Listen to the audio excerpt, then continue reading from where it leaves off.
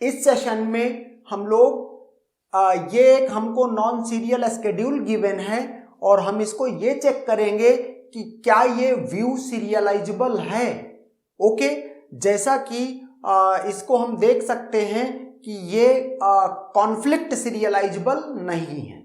Okay, ये जो schedule है ये schedule not conflict serialisable schedule.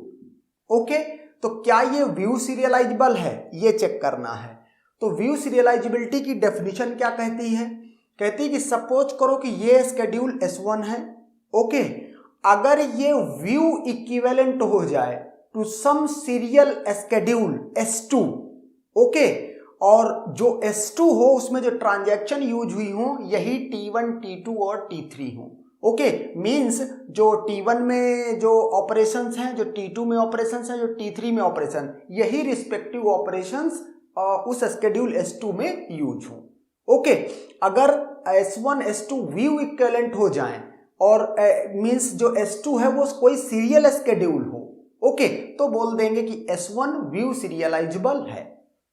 Okay, अब अगर आप देखें कि ये 3 ट्रांजैक्शन हैं यहां पर, ओके, तो 3 ट्रांजैक्शन को देखते हुए अगर मैं देखूं कि ऑल पॉसिबल सीरियल स्केड्यूल्स, मैं अगर ये निकालूं तो क्या क्या सीरियल स्केड्यूल होंगे?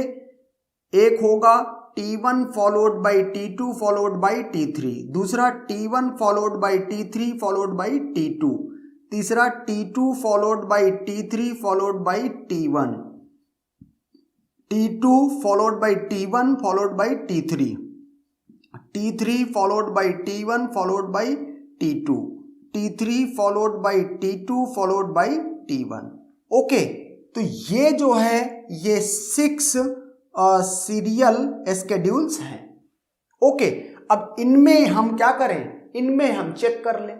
ओके, तो सपोज करो मैं ये करता हूं कि इस स्केड्यूल का व्यू इक्विवेलेंट S1 इसको बोलूं और S2 इनमें से किसी एक को बोलूं और एक टाइम पर और सबको चेक करूं, तो 6 टाइम्स चेक करना पड़ेगा अलग अलग।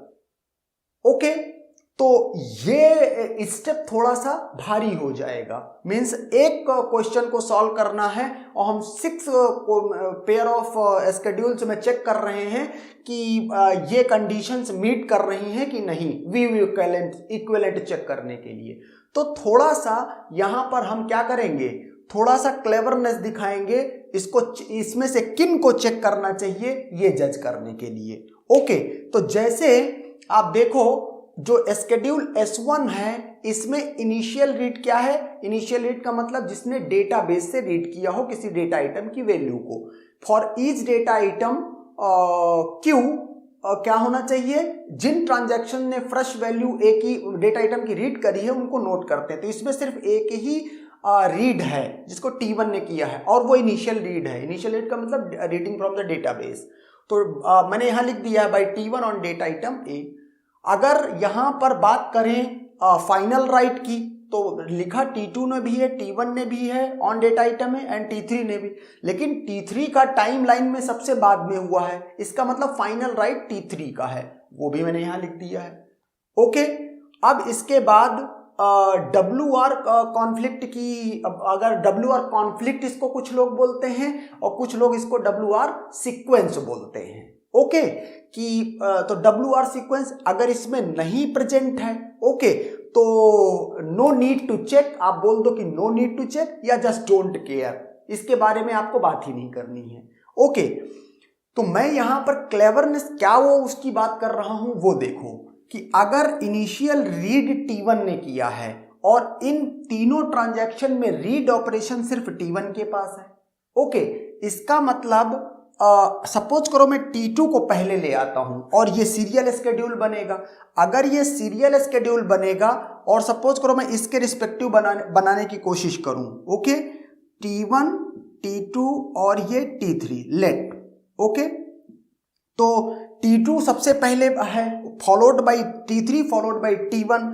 इसका मतलब है कि सबसे पहले WA परफॉर्म होगा, देन T2 के बाद T3, देन इंस्ट्रक्शन आएगी ये WA एंड देन आएगा क्या RA एंड WA। तो ये सीरियल स्केड्यूल बन रहा है इसके रिस्पेक्टिव।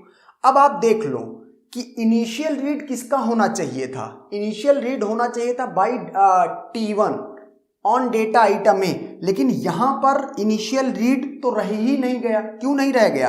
क्योंकि अब T1 T3 की लिखी हुई वैल्यू को T1 रीड कर रहा है, जबकि मैंने क्या बोला, इनिशियल रीड क्या है, reading the value of data item from database, fresh value. Okay, तो इसका मतलब यहां से आप देख सकते हो कि अगर आप T2 को लेते हो तो T2 में तो रीड की इंस्ट्रक्शन ही नहीं है। ओके, और रीड की इंस्ट्रक्शन नहीं है तो फिर मींस ये सिनेरियो फिर बनना ही बनना है कि जो इनिशियल रीड T1 कर रहा था वो नहीं रह जाएगा। ओके, इसका मतलब है इन दोनों में से, ये तो मैंने इसके लिए बनाया है, ये दोनों हम यूज नहीं कर सकते हैं। क्यों? क्योंकि यहां पर T2 स्टार्ट करेगा, अगर T2 ये करता है तो WA पहले परफॉर्म हो गया। अब T1 अगर बाद में आ रहा टाइमलाइन में तो T1 इसी की लिखी हुई वैल्यू रीड करेगा। ओके, तो इनिशियल रीड की कंडीशन फेल हो जाएगी, जो भी हमारा यह स्केड्यूल S2 है। ओके, तो अब क्या करेंगे, इसका मतलब ये दोनों स्केड्यूल किसी काम के नहीं है, सीरियल स्केड्यूल्स। अब इनको चेक करेंगे। सपोज करो आप कह देते हो कि T3 पहले परफॉर्म हो रहा है। ओके, T3 पहले परफॉर्म हो रहा है। अगर T3 पहले परफॉर्म हुआ तो उस केस में से T3 के बाद T1 है, तो देखना यहां पर T3 पहले परफॉर्म हुआ, WA यहां पर, इसके बाद T1 RA WA होगा। तो फाइनल राइट जो हो रहा था T3 का, अब वो फाइनल राइट नहीं रह जाएगा। फाइनल राइट किसका होगा इस केस में? फाइनल राइट इस केस में T2 करेगा, जबकि करना किसको चाहिए था? फाइनल राइट करना चाहिए था T3 को। इसका मतलब ये भी दोनों केस वेस्ट हैं। इसका भी, इसके भी मीन्स ये non serial schedule S1, serial schedule, इनमें से कोई चार में से उनके व्यू इक्विवेलेंट तो नहीं हो सकता है। ओके, अब बात करते हैं, या तो ये पहले में है या तो दूसरे में है। ओके, इसको चेक कर लेते हैं। ओके, देखा आपने कि पहले 6 सीरियल स्केड्यूल्स थे, अब ये सिर्फ 2 रह गए हैं। ओके, तो देखते हैं कि इसको कैसे चेक किया जाएगा। सपोज करो मैं पहले को लेता हूं, क्या, T1, T2 और ये T3। ओके, और ये सीरियल स्केड्यूल है, इसका मतलब RA WA ये पहले परफॉर्म होगा, T1 followed by T2। T2 में सिर्फ एक इंस्ट्रक्शन है WA, और T3 में सिर्फ एक इंस्ट्रक्शन है WA। तो ये स्केड्यूल मिल गया। अगर इसमें देखूं कि क्या तीनों कंडीशन ट्रू हो रही हैं, अगर इसमें ये इस सीरियल स्केड्यूल S2 में अगर तीनों कंडीशन ट्रू हो गई, कौन सी? ये तीनों कंडीशन, जो ये कंडीशन है एग्जैक्टली ये मैच करनी चाहिए। ओके, और देखते हैं फिर इसमें इनिशियल रीड कौन कर रहा है? T1 कर रहा है ऑन डेटा आइटम A, ये हमें दिख रहा है। ओके, कि सिर्फ T1 ही डेटा आइटम को रीड कर रहा है और वो भी फ्रेश वैल्यू, तो ये कंडीशन मीट कर रही है। ओके, अगर यहां पर देखें कि फाइनल राइट कौन कर रहा है, फाइनल राइट देखो T3 कर रहा है। क्यों? क्योंकि WA उसी का टाइमलाइन में सबसे बाद में है, इसका मतलब ये कंडीशन भी मीट कर रही है। ओके, अब देखते हैं कि WR कॉन्फ्लिक्ट, WR सीक्वेंस या WR कॉन्फ्लिक्ट यहां नॉट प्रेजेंट, तो कहता है जस्ट डोंट केयर, यहां देखने की नीड आपको नहीं है। ओके, अगर इसमें प्रेजेंट होता तो एग्जैक्टली वैसे ही यहां पर होना चाहिए था। ओके, लेकिन यहां नहीं प्रेजेंट अगर WR सीक्वेंस या WR कॉन्फ्लिक्ट, तो just don't care.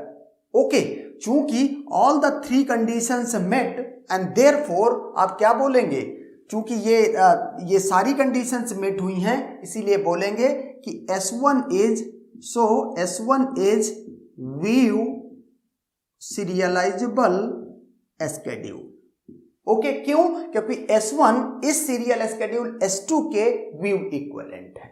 Okay, since, यहां क्या लिख दें, since S1 and S2 are view equivalent. Okay, and that's done.